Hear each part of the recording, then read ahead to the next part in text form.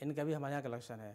اور خاص طور سے بہت عمدہ جو کلیکشن ہمارے یہاں ہے وہ امداد صابری جو کہ بہت بڑے صحافی گزرے ہیں، اور ان کی بہت پرانی کتابیں اور خاص طور سے جو پاکستانی گلدستے جو میگزین چھپتے تھے وہ یہاں پر رکھے ہوئے ہیں. ان کا اسپیشلی ہمارے یہاں بہت اچھا یہاں پر کلیکشن ہے.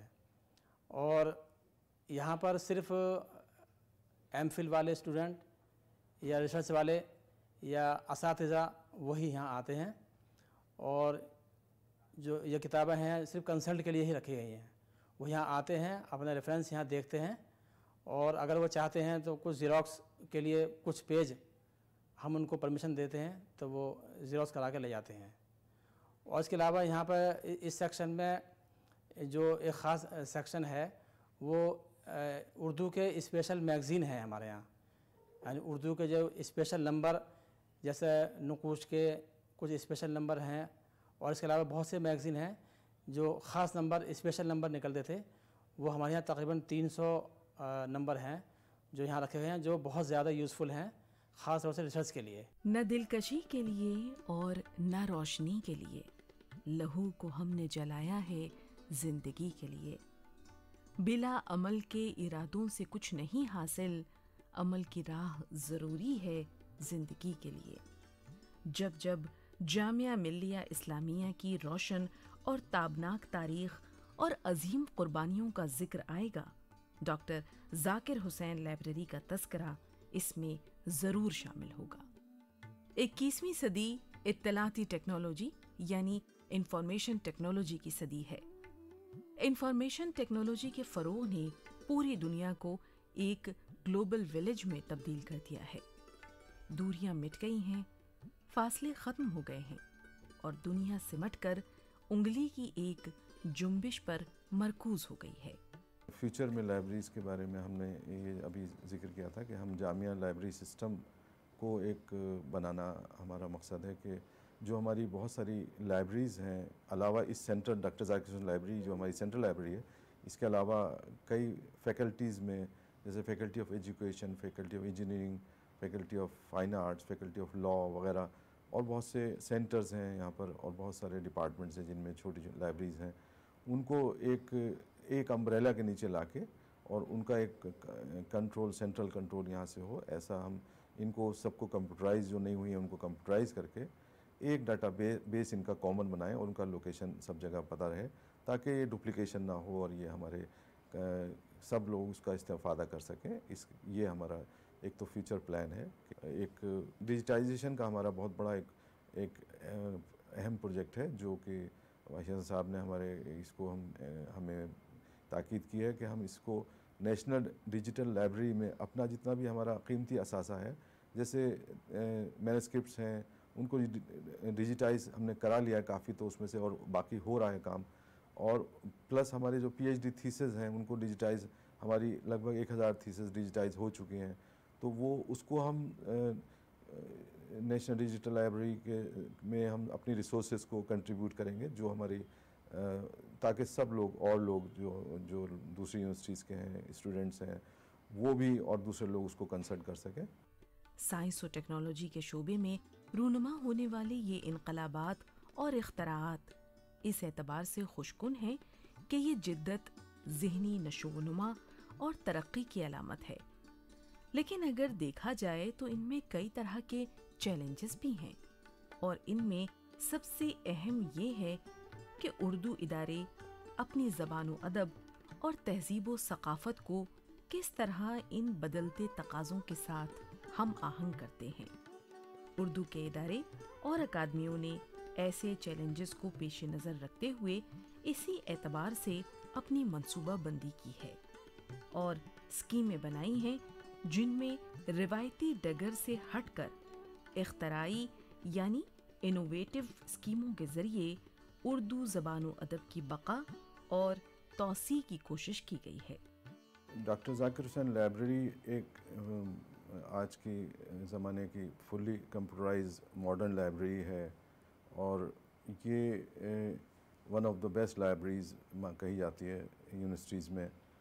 اور اس نئی بلڈنگ میں ہم لوگ جہاں اب ہیں اس میں 2009 میں یہ نئی لائبریری کا انوگریشن ہوا، اور یہ اس میں ساری ماڈرن فیسلٹیز اس میں دی گئی ہیں جو ایک ماڈرن لائبریری کے اندر ہو سکتی ہیں۔ ان اداروں میں کمپیوٹر کی تعلیم و تربیت کے لیے مراکز قائم کیے گئے ہیں تاکہ اردو میڈیم سے تکنیکی تعلیم کے حصول کے راستے میں حائل رکاوٹوں کو دور کر کے اردو زبان کو روزی روٹی سے جوڑا جا سکے۔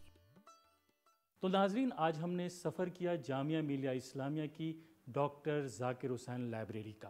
ہم نے یہاں کتابیں بھی دیکھیں، مخطوطات بھی دیکھے، رسائل بھی دیکھے، جرائد بھی دیکھے، یہاں اسٹوڈنٹ سے گفتگو بھی کی، یہاں کے لائبریری کے اسٹاف سے بھی گفتگو کی، اور ہم اس نتیجے پہ پہنچے کہ واقعتاً یہ لائبریری ہندوستان کی اہم اور بڑی لائبریریوں میں سے ایک ہے۔ ہمیں پوری امید ہے کہ اس لائبریری میں پڑھنے والے طلباء، طالبات اور اساتذہ ایک نہ ایک دن اس ملک کا نام ضرور روشن کریں گے۔ تو ناظرین، اگلے ایپیسوڈ میں ہم پھر ملیں گے کسی نئے ادارے کے ساتھ، چند نئے مہمانوں کے ساتھ۔ تب تک کے لیے آپ ہمیں اجازت دیجیے۔ آداب۔